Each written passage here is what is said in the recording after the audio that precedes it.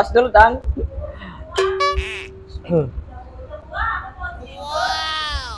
Sekarang kan udah punya pasangan, udah punya istri dan bahkan anak. Apa sih yang mu'alifi pilih di antara pilih anak atau istri? Karena istri itu adalah pasangan hidup kita, yang paling dekat dengan kita, yang nantinya bakal seterusnya atau mungkin sampai akhir hayat. Tapi ketika masih ada istri, pasti istri atau mungkin suami dengan istri, begitu sebaliknya pasti akan saling melengkapi untuk saling membantu. Ketika istri saya melahirkan, saya tepat berada di belakangnya. Jadi istri saya pangku, Bang. Saya pangku, saya sambil melihat dari awal sampai akhir, saya melihat bagaimana prosesnya si kecil ini keluar, itu saya tahu. Begini rasanya bahagia ketika lihat langsung anak juga. Saya memikirkan begini dulu ibu saya melahirkan saya. Mohon maaf untuk teman-teman juga ya yang mengikuti videonya Bang Udin sampai saat ini. Kalau kesannya saya ini juga termasuk kaget juga, baru tahu kalau Bang Udin ada YouTube channel, ya, ada kegiatan podcast kayak gini, dan ini pertama kali buat saya. Pertama kali juga di channel Bang Udin mengikuti podcastnya. Bagaimana sih situasi perbedaan di antara dulu masih istilahnya masih mahasiswa dan sekarang udah memiliki kehidupan masing-masing. Saat ini saya menikah di tahun 2021. Sampai saat ini saya punya satu anak, satu momongan lah, perempuan. Mulai mahasiswa sampai sekarang saya udah berkeluarga, itu adalah saya baru merasakan kehidupan yang sangat jauh berbeda. Diawali dengan sampai saat ini juga saya itu merasa bertahan itu, Bang.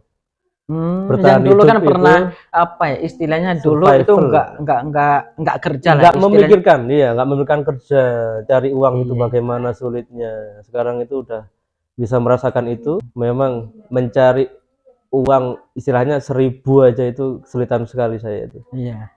Tapi sekarang udah posisinya kan kerja ya. Posisinya kerja, alhamdulillah kerja. Guru kan, guru ya kan, lulusan saya kita ngajar, iya. Oh. Saya ngajar di sekolah dasar. Iya. Sekolah dasar daerah. Ya masih dekat-dekat sini. Negeri berarti ya? Negeri. SDN apa? SDN Turen. SD Dampit. Apa sih yang dipikirkan oleh mu'alifi ketika pas waktu kuliah itu? Mungkin Bang Udin ya, kita saling lihat-melihat ya. Iya. Kalau mungkin kelihatannya saya itu kelihatan rajin, kelihatan kayak cakcek, ada tugas juga langsung dikerjakan, atau mungkin langsung diselesaikan saat itu juga, atau enggak sampai lama nunggu selesai atau gimana. Sebenarnya itu adalah tuntutan saya sendiri, Bang. Yang pada saat itu saya pikirkan adalah kedua orang tua saya. Iya. Kedua orang tua saya menyekolahkan atau istilahnya menguliahkan saya agar saya itu niat, diawali dengan niatan yang memang benar-benar ingin kuliah. Nah, dari situ saya, kuliah ini kalau saya lama-lamain malah keluar biaya lagi dari keluarga saya. Nanti uang pun kan memang saya dulu nggak kerja, Bang, masih mengandalkan biaya ya keluarga. Istilahnya biar nggak lama-lama kuliah, saya harus niat semaksimal mungkin. Adapun tugas atau yang berhubungan dengan kuliah saya harus cepat selesaikan, termasuk skripsi, wisuda cepat. Akhirnya biaya dari orang tua pun akan segera terselesaikan. Enggak saya terus gitu untuk bikin, istilahnya anak sekarang kan mudah untuk berfoya-foya. Dulu kan saya tahu Bang Udin itu, ini mohon maaf Bang ya, kayak mungkin datang ke kampus telat, atau mungkin saya lihat itu Bang Udin suka godain teman kita yang perempuan yang mungkin agak ihi gitu ya. Ya itu sering sekali terlihat di pandangan saya itu.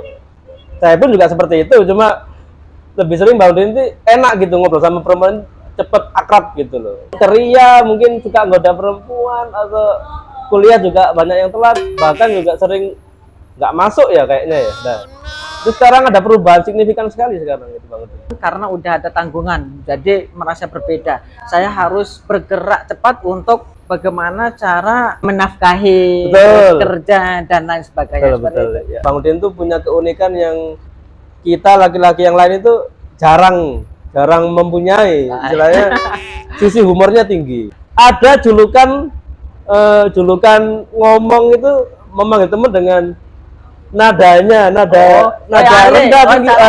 Teman-teman kan biasanya aku itu ketika saya memanggil teman kayak mu'alifi kan, Ali, calon tong, gitu kan.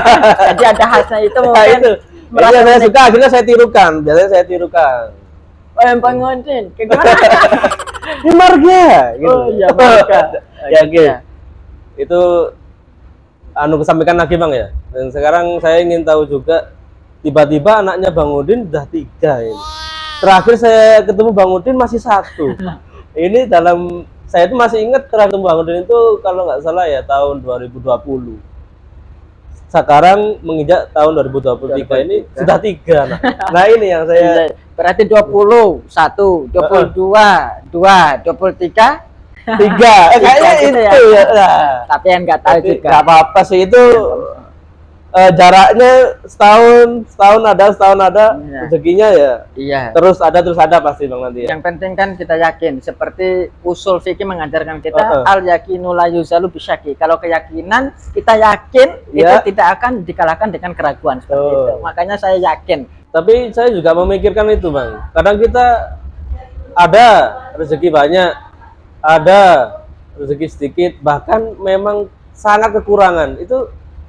Tapi kita memang diajarkan untuk selalu ingat ya sama yang kuasa ya. Jadi ketika kita istilahnya mungkin ketika nggak punya uang atau memang udah mentok tidak ada sama sekali untuk makan besok ya, mohon maaf ya, itu ketika kita ingat ya Allah gimana ini, pasti memang ada aja ya rezeki itu. Iya pasti, iya sesuai dengan keyakinan kita ya. Iya betul. Sebelum kita lanjut, mari kita minum dulu. Tos dulu Tang.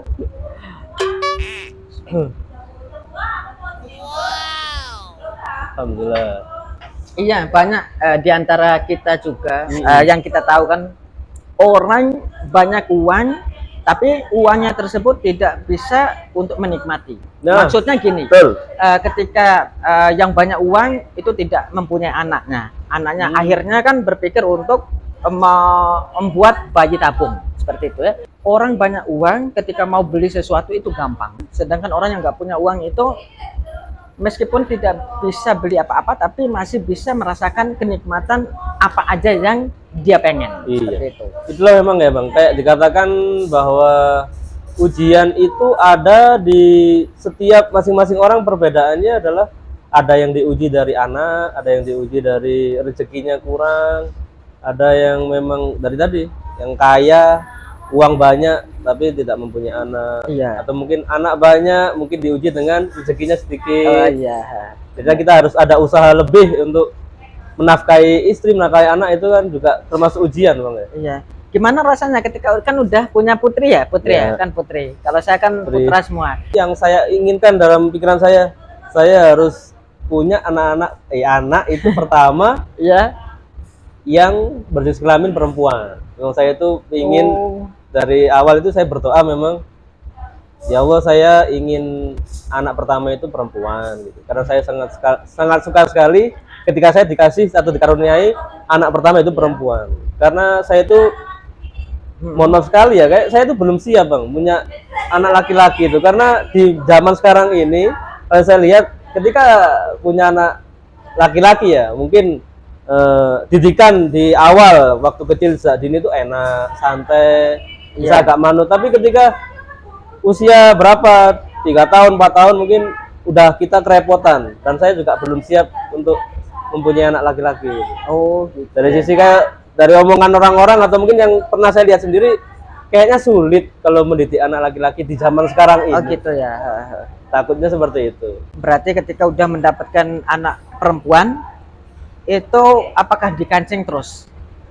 Dikancing maksudnya dalam artian di sini adalah tidak boleh bebas lah. Oke, ketika waktu itu saya melakukan anak perempuan, saya harus mendidik dia sejak dini, yakni dengan yang penting saya harus menegakkan agamanya dulu. Dia harus saya tekankan dalam hidup itu seperti apa, nanti mulai kecil harus saya ajarkan untuk baik ya Bang ya dalam nanti kenal sama siapapun juga harus saya batasi. Jadi saya seakan itu memang di awal saya harus menjadi cinta pertama anak saya. Saya harus jadi cinta pertama anak saya sendiri. Sebelum dia mencintai orang lain, dia harus mencintai orang tuanya. Intinya orang tua nomor satu di awal dia, sebelum dia nanti mendapatkan suami. Iya, ya benar sih. Karena ridho Allah tergantung ridho orang tua. kedua orang tua itu. Iya.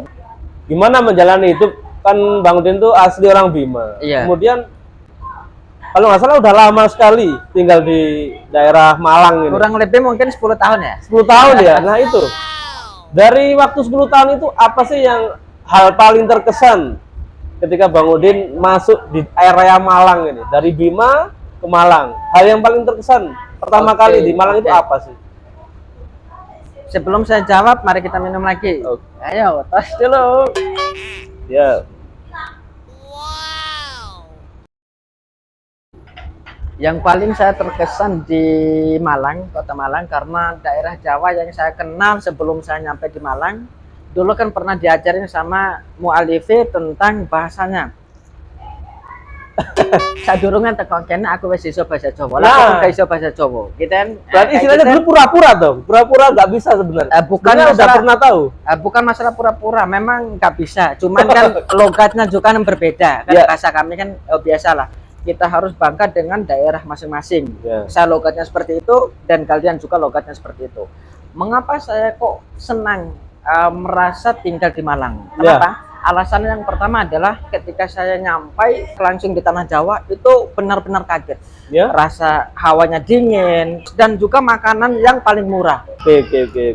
Saya dulu memang awal masuk kuliah itu mesti ada ya perempuan yang bisa menarik hati. Gitu. Iya.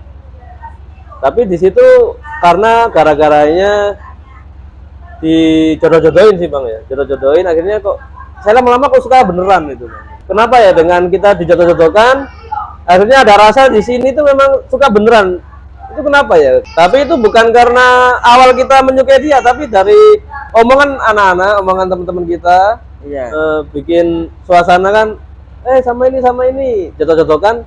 Tapi kita sendiri suka beneran gitu. Kenapa sih orang itu ada juga sudah punya pekerjaan tetap ya, terus istri cantik, anak juga pinter-pinter, tapi dia kok kurang bahagia, masih melakukan korupsi mungkin, masih melakukan hal yang di luar di luar ekspektasinya lah. Udah apapun bisa dituruti, bisa mendapatkan, tapi dia masih apakah itu juga termasuk hidup bahagia yang tertunda atau hidup bahagia yang dia nggak mau? Apakah kuliahnya dulu mengambil jurusan agama itu terpaksa atau gimana? Atau mungkin pernah mengambil jurusan di kampus yang lain akhirnya nggak lulus, terus dialihkan di situ? Sebelum membahas itu ya, saya dulu memang gini Bang, awal mula saya kuliah itu masih bingung. Saya itu memang orang yang ingin nggak kuliah waktu itu sebenarnya, ingin nggak kuliah. Saya ingin langsung kerja aja, langsung kayak lulus SMA kerja, tapi kan sulit Bang. Lulusan SMA langsung kerja kan sulit kalau nggak SMK. Jadi saya itu dulu awalnya ingin ke jurusan olahraga. Cuma saya pernah tanya ke orang tua. Kan saya itu selalu tanya ke orang tua, apapun yang saya lalui, saya harus tanya ke orang tua. Ya Bu, saya ini mau ke jurusan olahraga, bagaimana? Oh jangan sih, kalau ngajar atau mungkin jurusan olahraga ya lingkupnya nanti hubungannya sama anak kecil-kecil doang gitu, hanya cuma sama anak kecil-kecil aja, nggak bisa berhubungan dengan orang dewasa. Tapi kan memang bisa aja sama guru-gurunya kan. Nah di situ saya bingung lagi, kayaknya nggak usah nggak di jurusan pendidikan, tapi saya dulu diarahkan ke jurusan teknik elektro Bang. Dulu pernah tes teknik elektro di kampus mana? Belum juga, karena saya nggak bisa, nggak suka juga. Jadi berarti belum. Bingung. Akhirnya dulu kenapa kok bisa masuk ke pendidikan agama? Itu adalah saat itu pendaftaran di kampus-kampus lain sudah diambang batas, udah mau ditutup. Tinggal universitas kita sendiri, kampus kita yang masih membuka waktu itu. Akhirnya saya masuk, saya bingung, sudah masuk kampus, jurusannya kan banyak itu. Iya. Di posko-posko tertentu. Nah, saya jurusan itu juga diarahkan teman saya. Terus pilihan agama ya kamu kan iso ngaji. Itu alasannya seperti itu dulu. Oh gitu. Kamu ya. kan bisa ngaji, mungkin ngajimu bagus. Jurusan agama wis. Tapi yakin nggak kamu? Yes, yakin ya. Akhirnya dengan memang terpaksa atau enggak, memang saat itu saya berpikirnya demi orang tua saya harus kuliah, ambil aja pendidikan agama yang mungkin saya memang bisanya di situ gitu. Sejauh ini yang saya tahu, Bang. Iya. Teman-teman saya dulu yang saya lihat, mulai dari SD, SMP, SMA sampai perkuliahan yang saya amati, teman-teman saya yang mungkin kurang dalam hal akademik, pembelajarannya kurang, suka telat di kampus itu mungkin ya sering tidur atau nggak mendengarkan pembelajaran. Itu waktu kuliah maksudnya? Bangku kuliah. Iya. Nah, nah itu kan maksudnya berkesinambungan sama SD, SMP, SMA, kuliah. Teman-teman saya itu yang mungkin kurang dalam hal akademik, kurang dalam mendengarkan guru ngomong, berceramah, atau mungkin dia itu masih suka telat, suka bolos, nggak masuk. Tapi kenapa Bang ya? Sejauh ini yang saya lihat, kehidupan mereka bahagia dan juga termasuk mendapatkan pekerjaan yang baik-baik, Bang. Itu kan menurut pandangan kita. Makanya. Lah iya, menurut pandangan kita. Coba saya perhatikan ya. Coba saya melihat mu'alifi mempunyai rumah. Oh, berarti senang. Nah, kita kan belum tahu yang aslinya seperti apa. Nah, betul. Nah, bisa jadi mu'alifi punya rumah seperti ini, kehidupan sehari-harinya mungkin gelisah, susah, hutang apa, gitu kan, seperti itu. Iya. Itu kan pandangan kita lah berbeda. Oke. Tapi saya lihat itu memang seperti itu Bang ya. Kebanyakan yang saya lihat teman-teman saya yang mungkin dulu kurang niat dalam pembelajaran, niat untuk kuliah, kayak sukses-sukses saja Bang. Kehidupannya itu kayak sukses gitu ya. Kelihatan sukses, kerjanya enak, punya istri cantik. Nah, memang apakah itu yang disebut kehidupan yang memang diberikan oleh Tuhan itu? Apakah yang membuat perbedaan kita itu adalah apa gitu loh? Tapi memang saya pernah mendengar Allah itu nggak melihat dari sisi fisik kita ya, bukan lihat gantengnya, bukan lihat cantiknya, tapi bukan melihat lihat tingginya. Saya pendek. Nah, bukan melihat itu, pasti melihat hati dari masing-masing kita tuh. Benar. Sekarang kan udah punya pasangan, udah punya istri dan bahkan anak. Apa sih yang mu'alifi pilih di antara pilih anak atau istri? Saya lebih pilih istri. Karena alasannya? Karena masih bisa mungkin produksi kita teman-teman ya. Oke. Kita kesebagian itu. Ya mungkin itu salah satu pemikiran kebanyakan orang bisa jadi. Cuma kalau dari alasan saya sendiri Bang, kenapa saya pilih istri? Karena istri itu adalah pasangan hidup kita, yang paling dekat dengan kita, yang nantinya bakal seterusnya atau mungkin sampai akhir hayat sama kita. Benar.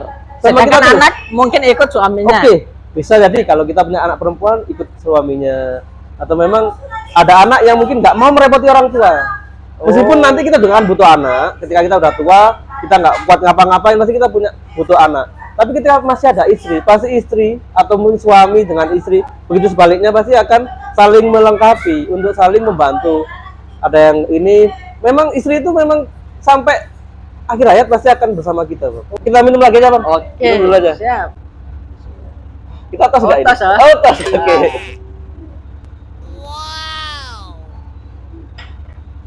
Saya juga heran nih Bang Udin sampai saat ini kayaknya jadi penikmat kopi ya? Penikmat kopi atau penikmat apa ini biasanya? Kopi biasanya kan kopi susu, sekarang kopi. Kopi aja ya. Ketika istri saya melahirkan, saya tepat berada di belakangnya. Jadi istri saya pangku Bang. Saya pangku, saya sambil melihat dari awal sampai akhir saya melihat bagaimana prosesnya si kecil ini keluar itu saya tahu. Tapi normal di situ, alhamdulillah normal. Enggak operasi maksudnya? Enggak pakai operasi. Normal, enggak ada goresan sama sekali. Alhamdulillah. Nah, di situ ketika saya melihat awal begini Bang, saya seperti jatuh rontok hati saya. Masya Allah. Sedihnya luar biasa, bukan sedih karena takut itu ya, tapi begini rasanya bahagia ketika lihat langsung anak juga. Saya memikirkan begini dulu ibu saya melahirkan saya, begini ibu saya dulu bertaruh nyawa untuk melahirkan saya. sekarang saya melihat sendiri bagaimana istri saya berkorban Melahirkan untuk anak kandung sendiri. pengorbanan ketika dia mulai dari hamil 9 bulan ya, sampai gimana rasanya sakit atau bagaimana, saya kan nggak merasakan. Oh. Jadi di situ saya bisa merasakan gimana sih rasanya, bahagianya ketika langsung melihat istri saya melahirkan, dan seperti pengorbanannya itu nggak akan tergantikan oleh apapun. Oh gitu, ya ya ya. Sebelum kita tutup, mari kita minum lagi tos, Bang. Terima kasih ya Bang. Ya, terima kasih atas Mu'alif karena anak-anak kita udah rewel. Ya. Terima kasih atas kesempatan meluangkan waktu untuk podcast Sama-sama. Alami bersama saya. Cukup sekian video dari kami. Semoga bermanfaat dan juga terhibur untuk kalian semua. Salam Bang Din XL Channel. Dukung channel saya dengan cara klik tombol merah di bawah, subscribe, like, dan komen. Terima kasih. Sampai ketemu lagi di konten berikutnya. Oke. Asia.